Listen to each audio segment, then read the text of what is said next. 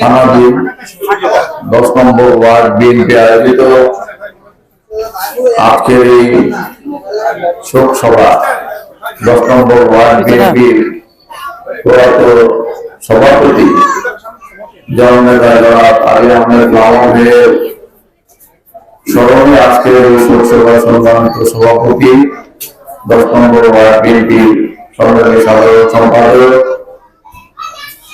রাজপথের লড়াকু সৈনিক সভ্য কারামুক্ত জনাব লিয়াকত হোসেন লেপু, উপস্থিত আমাদের শ্রদ্ধাভাজন নেতৃবৃন্দ, আমাদের সিদ্ধিগঞ্জ থানা বিএনপির নেতৃবৃন্দ, অঙ্গ সংগঠনের নেতৃবৃন্দ এবং এই শোক সভায় নারায়ণগঞ্জ থেকে এসেছেন আমাদের নুরুল চৌধুরী দীপু ভাই, মহানগর যুবদলের সিনিয়র যুগ্ম আহ্বায়ক জনসাধারণ প্রধান সহ, আমি সবার নাম বললে সময় নষ্ট হবে, নেতৃবৃন্দ বলে আমি এবং আমার সামনে উপস্থিত মা বোনেরা এবং ভাইয়েরা, আসসালামু আলাইকুম। লালা ভাইয়ের এই তো সেদিন জানা যায় অংশ নিলাম, বুকটা যেন ফেটেই গেল, বুকটা খালি হয়ে গেল। লালা ভাই নাই আমাদের মধ্যে, বিশ্বাস করতে যেন কষ্টই হচ্ছে। কারণ প্রতিটা আন্দোলন সংগ্রামে, প্রতিটা প্রোগ্রামে, এমনকি অসুস্থ অবস্থায়ও লালা ভাইকে অনেক সময় আমি না করতাম যে লালা ভাই আপনি তো অসুস্থ, আপনার আসার দরকার নাই, কিন্তু তিনি যেন আমার এই কথায় কষ্ট পেতেন এবং বলতেন না আমার ভাই আমি আসবো, আমি আসতে পারবো। তিনি ঠিকই হাজির হয়ে যেতেন এবং ওনাকে দেখলেই, আমি ওই জানাজাতেও বলেছি, ওনাকে দেখলেই কেন যেন আমার মনটা ভরে যেত। কারণ উনি খোলা মনের মানুষ ছিলেন, ওনার মনের মধ্যে উনি রাজনীতি করতেন ঠিকই, কিন্তু ওনার মনের মধ্যে কোনো প্যাচ ছিল না, একেবারে সাদা সিধা মানুষ ছিলেন। এবং অনেক সময় আমার মুরব্বীর মতো উনি আমাকে বুদ্ধি পরামর্শ দিতেন। রাজনৈতিক এই পথ পরিক্রমায় আপনারা জানেন যে 2013 সালে এই 10 নম্বর ওয়ার্ড সিদ্ধিগঞ্জ থানার অন্তর্ভুক্ত হয়। এর আগে রাজনৈতিক সীমানা হিসেবে এই 10 নম্বর ওয়ার্ড ছিল মহানগর বিএনপির অন্তর্ভুক্ত। যখন থেকে এইটি সিদ্ধিগঞ্জের অন্তর্ভুক্ত হয় তখন থেকে আমি এই লালা ভাইকে পেলাম, লেপুকে পেলাম, আবুল ভাইকে পেলাম, তারপরে আইনুল ভাইকে পেলাম, বাদল ভাইকে পেলাম, জাহাঙ্গীর, ওদের অনেককে আমি যখন পেলাম আমি দেখলাম যে এই লোকগুলির মধ্যে একটা রাজনৈতিক মনোভাব রয়েছে। রাজনীতি করার জন্য যে শক্তি প্রয়োজন, সেই শক্তি এই লোকগুলির মধ্যে অনেক বেশি। আমি এদেরকে রূপে নিলাম এবং আমি যেন আকাশের চাঁদ পেলাম। আমি এদেরকে নিয়ে প্রতিটা সংগঠনে এদেরকে দিয়ে কাজ করানোর জন্য আমি ধীরে ধীরে যাকে যেখানে পেরেছি তাকে সেখানে আমি জায়গা করে দিয়েছি। আপনারা জানেন যে 2017 সালে জেলা বিএনপির সাধারণ সম্পাদক আমি যখন হই এবং ওই কমিটি, পূর্ণাঙ্গ কমিটি যখন করি, তখন লালা ভাইকে একটি পূর্ণ সম্পাদকের দায়িত্ব দিয়েছিলাম এবং লালা ভাই আমাদের নারায়ণগঞ্জ জেলা বিএনপির মৎস্য বিষয়ক সম্পাদক ছিলেন। এভাবে উনি যখন যেখানে দায়িত্ব পেয়েছেন সেখানে উনি নিবিড় ভাবে এবং আন্তরিকতার সঙ্গে কাজ করেছেন। কোনদিন মামলা হামলাকে তিনি ভয় পান নাই।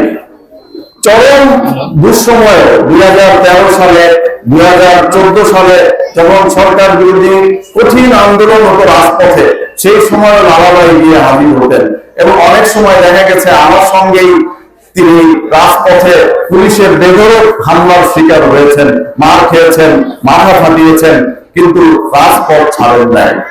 এইরকম সাহসী একজন বয়সের ভারে যিনি আমাদের চাইতে একটু বেশি বয়সের ছিলেন, তারপরেও তিনি যেন একটি টকবকে যুবকের মতো তিনি রাজপথ আঁকড়ে ধরেছেন। এবং তাকে দেখে আমি সাহস পেতাম যে লালাভাই যদি রাজপথে আসতে পারে, লালাভাই যদি রাজপথে থাকতে পারে, তাহলে আমি পারবো না কেন? লালাভাই থেকে আমরা সাহস পেতাম।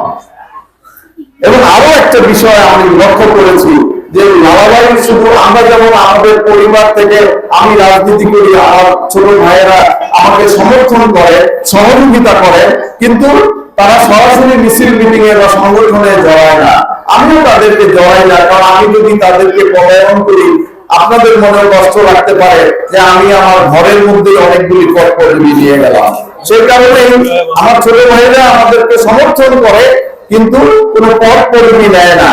কিন্তু আমি দেখেছি যে লালাভাই শুধু একাই রাজনীতি করে নাই, তিনি তার বড় ছেলে জুয়েল রানাকেও রাজনীতিতে দিয়েছে এবং তার ছোট ভাই রাজনীতির সাথে কম জড়িত থাকলেও মামলা মোকদ্দমাকে বাড়ি ছাড়া থেকেছে। কিন্তু এত নিপীড়িত হওয়ার পরেও নিজে তো নির্যাতিত হয়েছে, বাড়ি ছাড়া থেকেছে, পুলিশের হামলার শিকার হয়েছে, একসঙ্গে জেলে থেকেছি 2013 সালে। লালাভাই আমি একসঙ্গে 2013 সালে জেলে থেকেছি। পুরো রমজান মাস আমরা জেলে কাটিয়েছি এবং ঈদের একদিন আগে লালাভাই সহ আমি উকিল ভুইয়া আমরা জামিনে বের হয়ে এসেছি। কিন্তু লালাভাইয়ের মধ্যে কোনো আমি দ্বিধাদ্বন্দ্ব দেখি নাই, কষ্ট দেখি নাই যে আমরা জেল খাচ্ছি, কষ্ট হচ্ছে।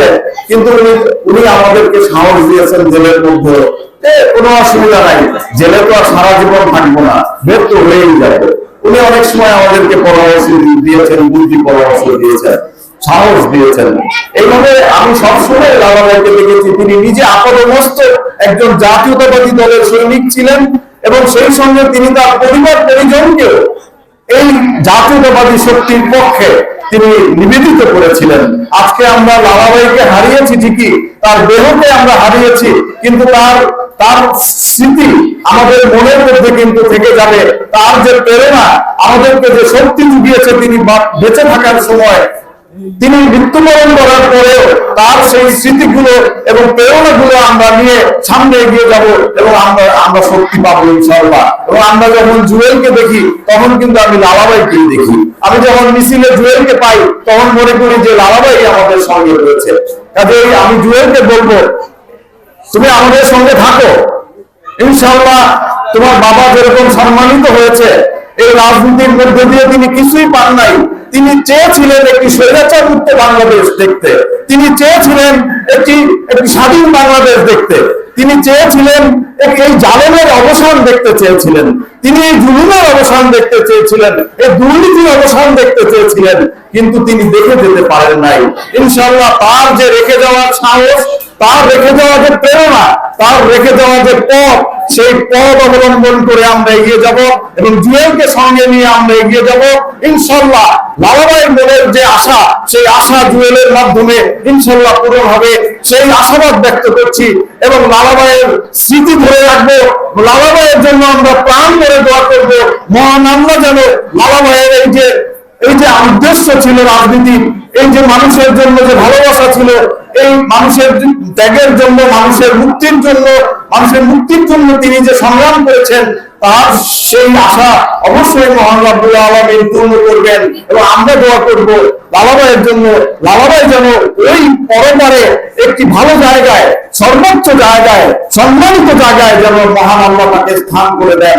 দুনিয়াতে তিনি সম্মানিত ছিলেন, ইনশাআল্লাহ দুনিয়াতে যিনি সম্মানিত থাকেন পরপারে ইনশাআল্লাহ তিনি সম্মানিত হবেন ইনশাআল্লাহ, সেটা আমাদের বিশ্বাস রয়েছে।